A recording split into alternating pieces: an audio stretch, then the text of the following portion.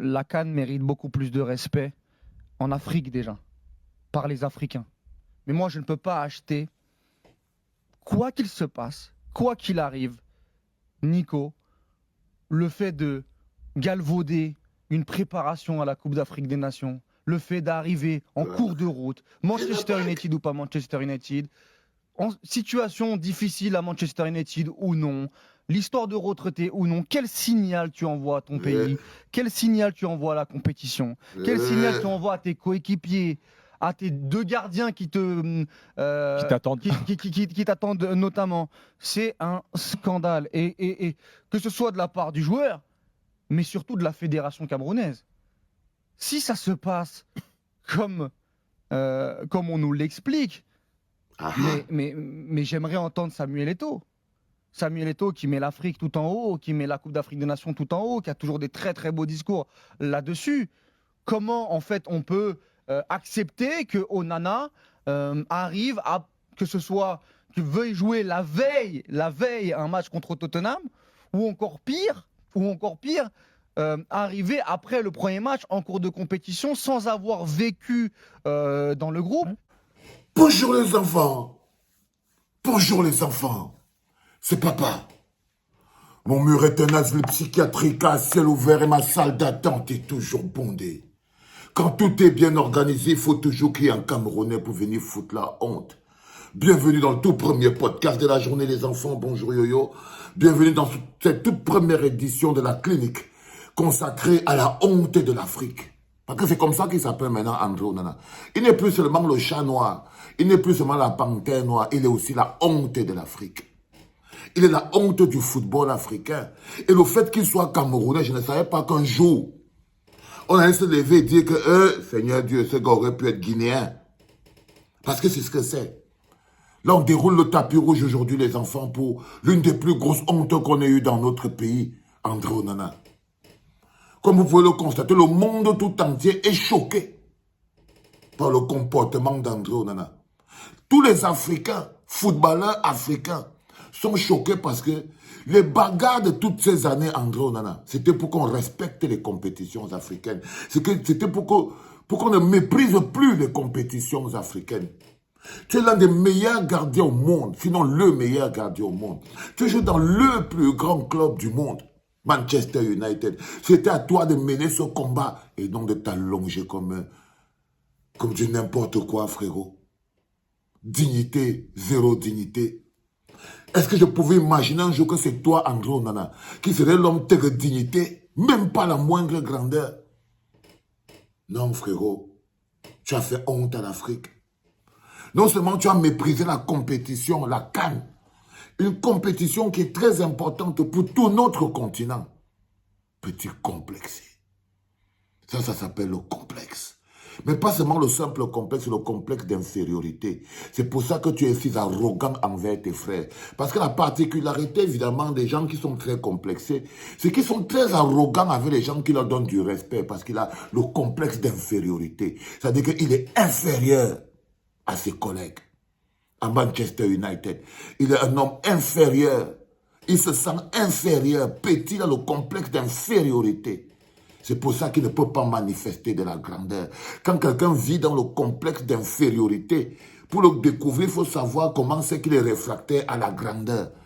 Et là, tu vois, frérot, je ne savais pas que tu vivais plongé dans le complexe d'infériorité. Je ne savais pas. Je te voyais marcher là, je croyais que non, le gars, il a la classe. Non, tu n'as pas de classe. Je ne savais pas que, avec toute la... Tu es perfusé par le complexe d'infériorité, André Onana. Ce n'est pas bon pour notre pays. Ça nous rabaisse. Ça nous rabaisse.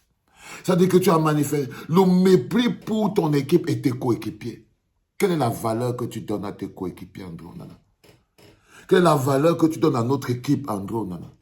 Je t'ai dit hier que la veste qu'on va te tailler, frérot, ce sera la veste du mécréant.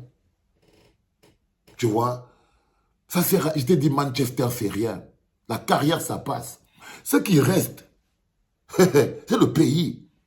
Et c'est cette énergie. Tu as méprisé l'équipe. Tu n'as plus ta place dans cette équipe, frérot. Comment tu penses que les gens vont te voir quand tu vas arriver là? Tu as méprisé tes coéquipiers. Tu vas venir dire quoi? Oh les gars, c'est bon, j'ai bien joué hier. Tu vas faire quoi? Tu vas faire quoi? Parce que tu les as méprisés. Tu as méprisé ça, André Onana. Tu as osé mépriser ça. Pas seulement le continent, mais ce que nous avons de plus cher, André Onana. Tu as banalisé la grandeur. Tu as banalisé la force. Je vous ai dit, nous, on arrivera à un moment dans notre pays où vous devriez mériter l'amour du peuple. Parce que l'amour, on en a marre de fabriquer des monstres avec notre amour. On en a marre, le peuple camerounais n'en peut plus de fabriquer des monstres avec son amour. C'est-à-dire que vous fabriquez toujours des gens qui sont incapables de prendre le moindre risque pour vous.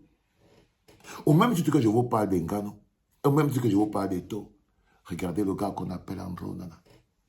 S'il y a quelqu'un à qui j'ai donné de l'amour ici dans la clinique toute ma vie, je suis comme une femme éconduite. Oui. Parce qu'en tant que peuple camerounais, on court, on dit les gars, on soutient, on est avec vous, parce qu'on veut vous protéger, parce qu'on veut que le moment venu, vous soyez pour le pays. C'est pourquoi vous ne partez pas. Quand vous m'envoyez, je me lève, je fais des podcasts sur les 2 à 5 comme les Ambouanguissa. C'est au moins pour que les autres pays ne les prennent pas. Et qu'ils ne partent pas parce qu'ils ne se sentent pas valorisés ou considérés. Et à la clinique, on a donné, frérot. Et on se sent méprisé, insulté. Et tes postes d'arrogance. Oh Seigneur, quelle arrogance. Même les gens, ils ne te comprennent pas. Et que tu as méprisé à mépriser la compétition, mépriser l'équipe et tes coéquipiers, mépriser ton propre pays. Ton propre pays, André Onana. Le Cameroun. Aïe, Seigneur. Non, vous êtes fort. Wow! Wakala! Hey, André Onana, oh, maman. C'est sérieux. Tu banalises le Cameroun, André Onana. Seigneur. Et vous voyez, aucun pays ne se laisse insulter comme ça. Si on était un pays, André Onana saurait qu'on ne banalise pas le pays. Mais ils sont tous au-dessus du pays parce que vous êtes trop pauvres. Pour vous c'est l'argent qui compte. Les petits miettes. Oh, il doit sécuriser sa carrière. Oh, ses enfants. Vous êtes tellement pauvres. Mais tellement pauvres que ce n'est plus la pauvreté de l'argent. Vous avez maintenant la pauvreté spirituelle. Et vous êtes tellement dangereux pour le pays. Tellement dangereux pour notre pays. C'est pas possible. C'est pas possible. Parce que là, une décision politique devrait démontrer à tous les 30 millions de Camerounais que nous sommes que personne ne peut mépriser le pays.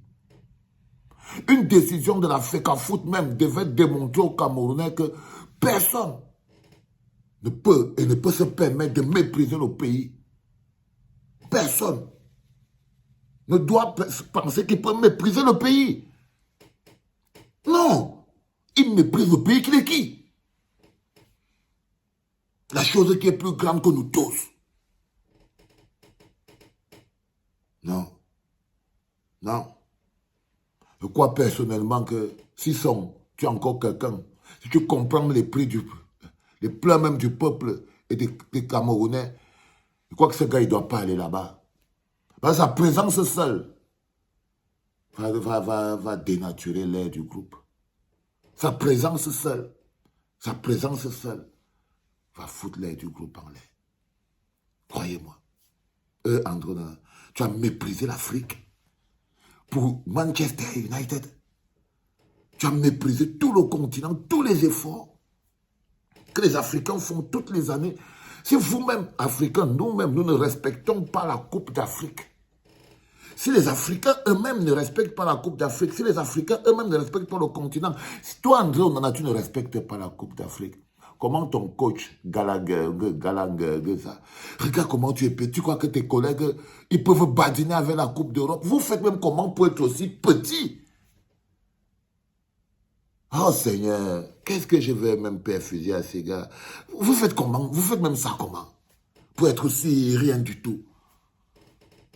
Tu as des collègues qui jouent en Écosse, tu as des collègues qui jouent en Espagne. Tu vois comment ils prient tous les jours pour être appelés pour aller jouer la Coupe d'Europe.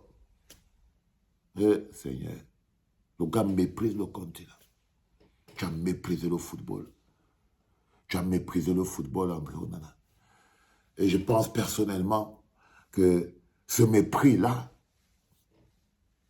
je sais pas, ça va s'estampiler sur ta carrière, frérot. Tu vas te rappeler de ça. D'ici quelques années, tu seras dans ton canapé en train de vivre et tu vas te rappeler le jour où tu avais fait du n'importe quoi. Mais c'est pas grave, les enfants. Nous, on est un pays. Aucun homme n'est au-dessus du pays. Et nous sommes le pays. Et la Coupe d'Afrique que nous allons jouer cette année sera la Coupe d'Afrique d'un pays. Et vous verrez que ceux qui sont là et qui donnent l'amour au pays sont ceux-là qui sont encore plus de force pour le pays. C'était le premier podcast, les enfants, un peu déçus. Vous avez vu ça? Ça, c'est le tout nouveau collection personnelle. Ça, c'est collection personnelle en soi. T'as vu, frérot? La super classe. C'était papa.